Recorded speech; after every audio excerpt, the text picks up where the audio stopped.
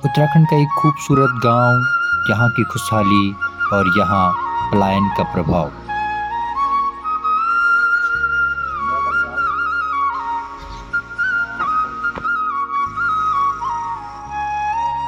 सब कुछ आपको इस वीडियो के माध्यम से देखने को मिलेगा।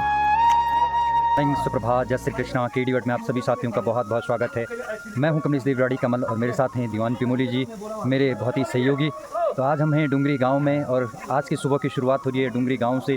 आपको पूरा डुंगरी गांव का खूबसूरत दृश्य दिखाएंगे। उत्तराखंड के खूबसूरत गांव कैसे हैं वो आपको देखने को मिलेंगे। उत्तराखंड के गांव पहले कैसे थे, इस वक्त गांव की स्थिति क्या है और आने वाले भविष्य में आप उत्तराखंड के गाँव को किस प्रकार से देखते हैं, वो सब कुछ आपको इस वीडियो के माध्यम से देखने को मिलने वाला है। हमारे बुज़ुर्गों ने हमारे लिए क्या कुछ संग्रह करके रखा था, हम उसे कितना आगे बढ़ा पा रहे हैं, और जो हमारी आने वाली जनरेशन है वो हमारे इन गाँव को क्या कुछ देने वाली है, सब कुछ देखने को मिलने वाला है। तो इस वीडियो की शुरुआत करते हैं आज इस खूबसूरत गाँव से, इस ग्राम पंचायत से, डुंगरी से। तो हमारे साथ इस वीडियो में बने रहना। तो चलिए डुंगरी गांव को दिखाने की शुरुआत करते हैं। यहाँ की खूबसूरत घरों से, जो कुछ नई कलाकृतियों से बने हैं, कुछ पुरानी कलाकृतियों से बने हैं। तो इस दृश्य को सबसे पहले अनुभव कीजिए।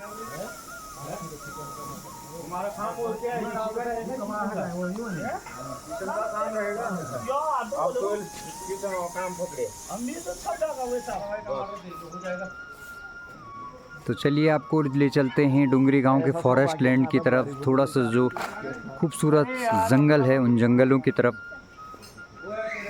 ये जो गांव है ये चारों तरफ से जंगलों से घिरा हुआ है, प्राकृतिक सौंदर्य से भरपूर है ये गांव। और इस वक्त कोहरा लगा हुआ है तो कोहरे से ये गांव और भी खूबसूरत लग रहा है। तो चलिए अब आपको दिखाते हैं यहाँ के खूबसूरत खेत और यहाँ की लहराती हुई फसलें। ना ये बात लकड़ी तो बनेगी नहीं,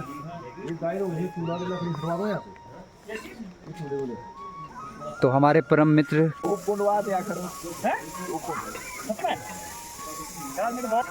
तो यहाँ के जो हमारे छोटे छोटे बगीचे हैं, उन बगीचों में आपको हल्दी, लहसुन, ककड़ी, मुंगरी, इस बरसात के सीज़न की जितनी भी फसलें होती हैं सब देखने को मिल जाएंगी। और हमारे बुजुर्गों ने जो घर बनाए थे वो घर इस प्रकार के हैं, लकड़ी के हैं, मिट्टी के हैं और पत्थरों के हैं। और हमारी जो यंग जनरेशन ने घर बनाए हैं वो कुछ इस प्रकार के हैं, बजरी के हैं, सीमेंट के हैं, सरिया के हैं।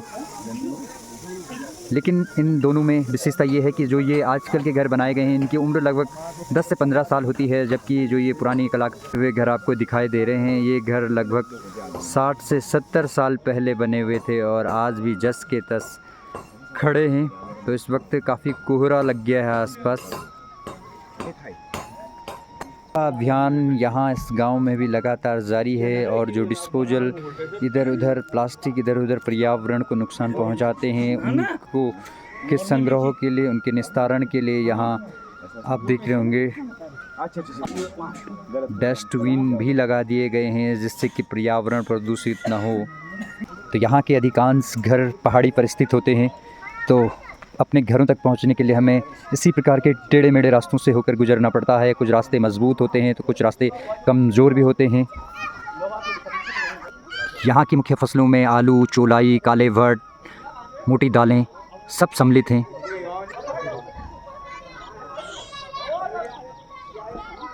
यहाँ के जो संपर्क मार्ग हैं वो काफ़ी संकुरे हैं, इन्हीं रास्तों से होकर लोग अपनी मंजिल तक पहुँचते हैं। यहाँ के लोगों की आजीविका का एक मुख्य साधन पशुपालन भी है। घरेलू जानवर पालकर अपने लिए आजीविका के स्रोत निजात करना। अरे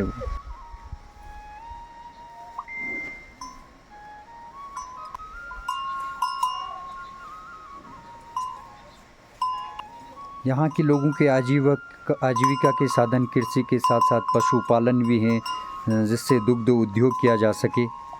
तो अभी हम यहाँ की संकुरी गलियों से होकर गांव के मध्य में जाने की कोशिश कर रहे हैं, जहां से हम आपके लिए कुछ डिस्कवर कर सकें।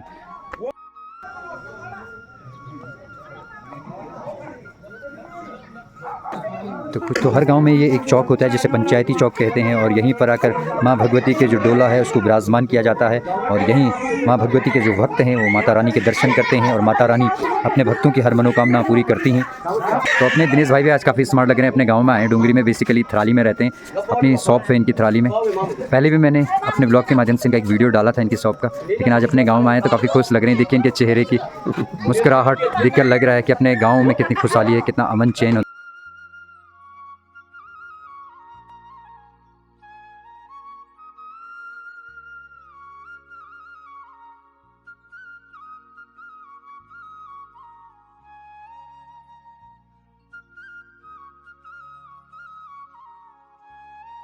लीजिए एक और खूबसूरत चेहरे से आपको रूबरू करवाते हैं, पहचानिए इनको कौन है। पहचानने में आए? तो आजकल हमारे ताऊ जी हैं घर में, अब हमारे ताऊ जी ने ले लिया है रिटायरमेंट, अब घर में आराम कर रहे हैं, नाती नतीनों की सेवा कर रहे हैं। तो चलिए, जिनका बेसब्री से इंतज़ार था आखिरकार वो भी पहुंच ही गए।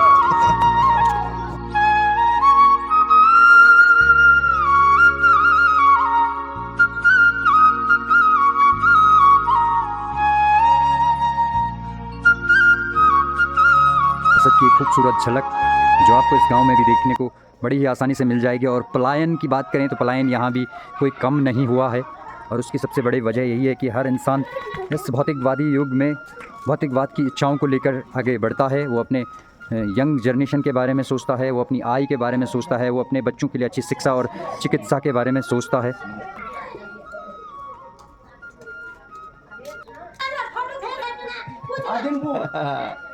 तो यहाँ जो ये पहले के घर बने होते थे उनके मुख्य द्वार कुछ इस प्रकार के होते थे। देखिए पहले हस्तकला कितनी खूबसूरत हुआ करती थी, कितनी कलाकारी कूट कूट के हमारे पूर्वजों में भरी हुई थी, वो झलक यहाँ देखने को मिल जाती है। देखिए तो हमेशा मुख्य द्वार पर भगवान गणेश का फ़ोटो बनाया जाता था, जो कि हमारे रिद्धि सिद्धि के दाता हैं, और उन्हीं के घर के सामने विराज होने से घर में किसी प्रकार के दुख दरिद्र क्लेश, किसी प्रकार की बीमारियां प्रवेश नहीं कर पाती थी। लेकिन आज ऐसा देखने को कहीं नहीं मिलता है। तो जैसे कि मैं पलायन की बात कर रहा था कि पलायन यहाँ भी कम नहीं हुआ है, और उसकी वजह यही है कि रोज़गार का अभाव है, बेरोज़गारी चरम पर है, अच्छी शिक्षा और चिकित्सा नहीं है। तो उसका सीधा प्रभाव हमारे गाँव में दिखाई देता है, और उत्तराखंड के लगभग सभी गाँव अब इसी प्रकार से वीरान होते चले जा रहे हैं। और जो पुराने घर, जो हमारी विरासत हुआ करती थी, हमारे बुज़ुर्गों की विरासत थी, जो उन्होंने हमें दी थी, आज वो इस प्रकार से बर्बाद हो रही है, तहस नहस हो रही है, घर खंडर हो रहे हैं। तो कहीं ना कहीं ये दुर्भाग्य है उत्तराखंड का।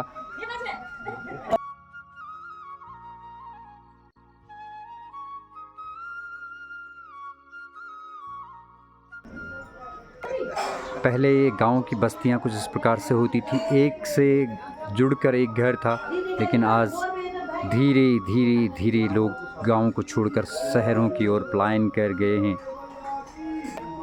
ये वीरान गलियां आज लोगों को ढूंढ रही है। तो ये खूबसूरत घर जो वीरान होते जा रहे हैं, ये सच में एक चिंता का विषय है उत्तराखंड के लिए, यहाँ की सरकारों के लिए, और यहाँ के जो नागरिक हैं जो कभी यहाँ अपना जीवन बसर किया करते थे, प्रकृति की इस खूबसूरत गोद में अपने आप को सुरक्षित महसूस करते थे, अब धीरे धीरे यहाँ संकट मंडराने लगा है रोजगार का। तो इस तरफ आपको ले चलता हूँ। यहाँ भी कुछ बहुत ही सुंदर घर थे, जो पुराने घर हैं, हमारी विरासत हैं, हमारी धरोहर हैं, जो पलायन की भेंट चढ़ चुके हैं। तो पहले के घर कुछ इस प्रकार से निजाज किए जाते थे। देखिए कितने खूबसूरत घर हुआ करते थे, लकड़ी के हैं, ये मिट्टी के हैं, पत्थरों के बने हुए हैं। देखिए यहाँ के खूबसूरत खेत, इन खेतों में लहराती हुई फसलें, यहाँ का खूबसूरत पर्यावरण, और चारों तरफ ये खूबसूरत घने जंगल, इनमें उपस्थित जड़ी बूटियाँ, औषधियाँ, ये सब उत्तराखंड को देवभूमि के नाम से जानने के लिए पहचाने जाते थे। लेकिन आज सब कुछ बदल गया है और सब कुछ बदल रहा है। यही नन्हे मुन्ने प्यारे बच्चे हमारी विरासत हैं, हमारे देश का भविष्य हैं।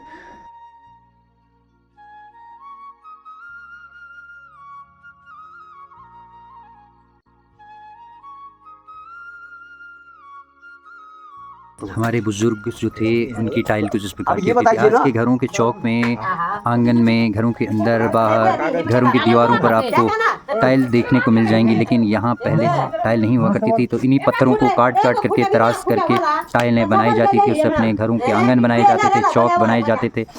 तो इतना कुछ ऐसा था भारत। और अब का भारत कैसा है वो तो आप बहुत अच्छे से जानते हैं। और हमारे उत्तराखंड का खूबसूरत कॉस्ट्यूम और यहाँ का कल्चर पूरे विश्व भर में सुप्रसिद्ध है, और उसकी खूबसूरत झलक आप यहाँ देख पा रहे हैं। बाहर आ गया।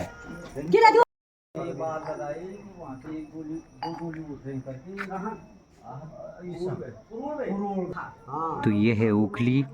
पहले हमारे जो बुजुर्ग हुआ करते थे वो इसी ओखली से धान कूटा करते थे, और अन्य जो मोटे अनाज हुआ करते थे उनको इसमें कूटा करते थे। लेकिन आज गांव में भी चक्कियां पहुंच चुकी हैं, छोटी छोटी घरेलू डोमेस्टिक आटा चक्कियां, तेल की चक्कियां, धान की चक्कियां। तो अब धीरे धीरे इसका उपयोग भी ख़त्म होता जा रहा है।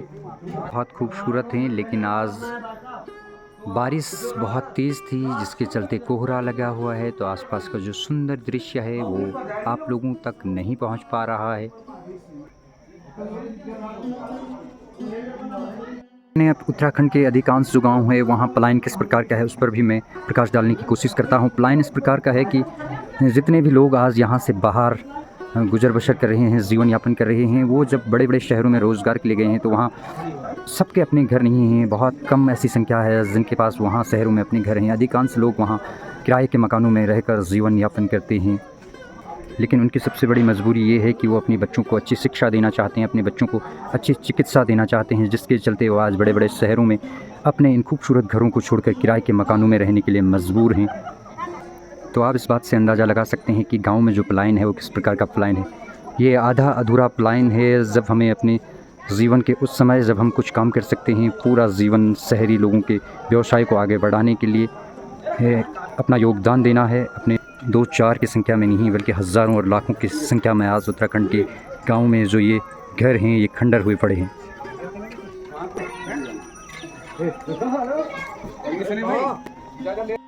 तो इस वक्त मैं एक घर के बाहर खड़ा हूँ जो बिल्कुल खंडर है, और यहाँ बैठकर मैं यहाँ के जो बच्चे हैं उनके भविष्य को देख पा रहा हूँ, सोच पा रहा हूँ। अगर स्थिति ऐसी रही जो आज है, जब अच्छी शिक्षा का अभी भी अभाव है, चिकित्सा का अभाव है, जो मूलभूत सुविधाएं हैं उनका अभाव है, उसके बाद ये जो नन्हे मुन्ने बच्चे हैं इनका कल कैसा होगा, इनका भविष्य कैसा होगा, इनकी शिक्षा और चिकित्सा कैसी होगी, इनके लिए क्या कुछ रोज़गार के अवसर मुहैया हमारे जो हुक्मरान हैं वो कर पाएंगे। तो सवाल बहुत सारे हैं और जवाब बस कुछ भी नहीं।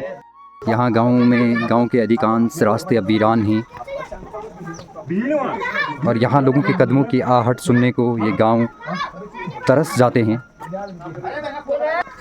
अधिकांश गांव में चहल पहल तभी दिखती है जब कोई फेस्टिवल होता है या गांव में किसी प्रकार का कोई आयोजन किया जाता है, तब लोग बड़े बड़े शहरों से गांव का रुख करते हैं।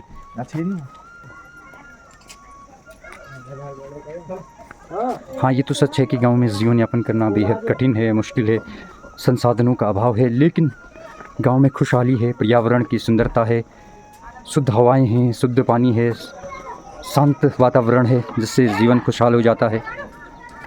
मगर सोचने वाली बात यह है कि जो मूलभूत सुविधाएं हैं अगर वो दुरुस्त कर दी जाएं तो फिर से गांव में जीवन तलाशा जा सकता है, और एक खुशहाल जीवन तलाशा जा सकता है। एक खुशहाल जीवन की उम्मीद की जा सकती है।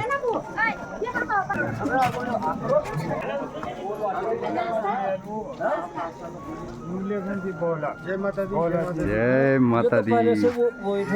तो चलिए आपको सूर्य दर्शन करवाते हैं।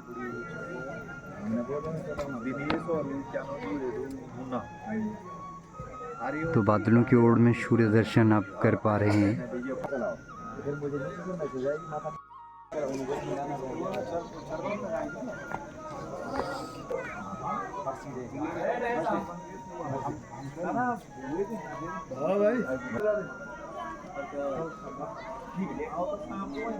तो आज हमने आपको दिखाया डुंगरी गांव की खूबसूरती, डुंगरी गांव आज कैसा है और आने वाले दिनों में कैसा होगा, उसकी परिकल्पना किस प्रकार की होगी।